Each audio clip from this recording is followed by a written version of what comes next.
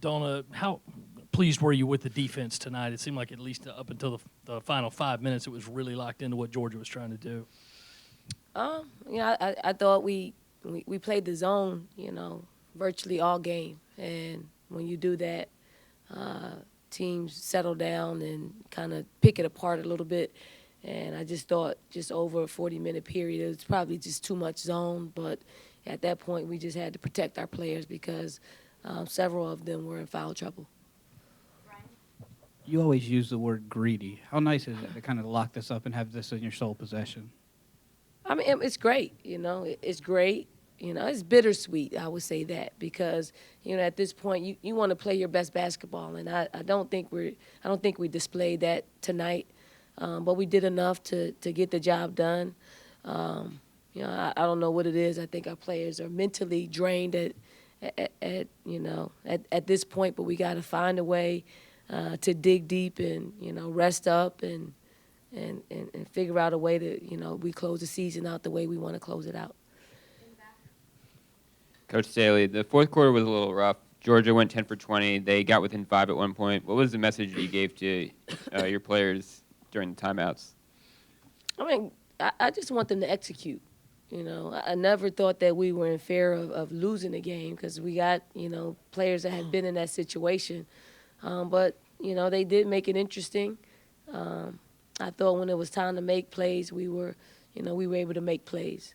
And just, having a short bench today didn't help our cause. But, when we're in that situation, other players have to step up.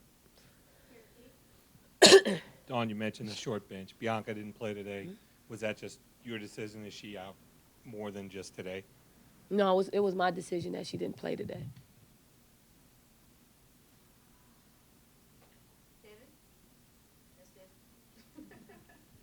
You mentioned your players being mentally drained. You guys have played like 3 grinders in a row. I mean, is that just a cumulative effect of all that, or is it being down on personnel with people being out, or can you pinpoint it right now?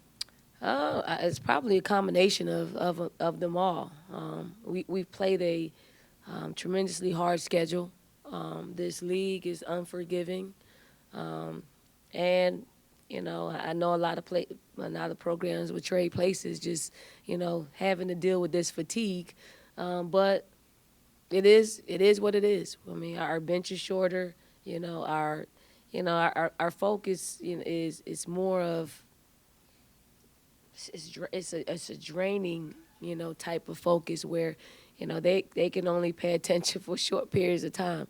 And I'm just kind of stressing to them in practice is the time that we exercise, being able to focus and finish practices. This game and the games that we've had where it's close and we've had some mental breakdowns is a direct reflection of our practices. And I'm not glad that we're seeing them in the game, but I'm sort of am because I think when you bring it to our players' attention, they usually make some adjustments. So I'm looking forward to taking it tomorrow off, and then Saturday, Sunday, bringing it back and having a lot more focus than what we're having.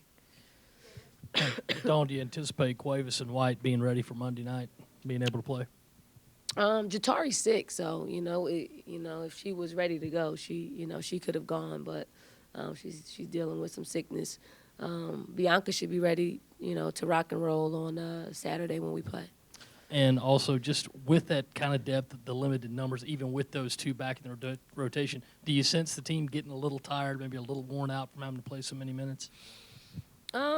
No, I think once we get those 2 players back into the rotation, things will settle out a little bit where we can divvy up those minutes. Our bigs are playing a lot of minutes, a lot more minutes than they normally play. Tiffany Mitchell's going to be fine. Khadijah's going to be fine because they practice at a certain level, so they're conditioned to go the long haul if we need them.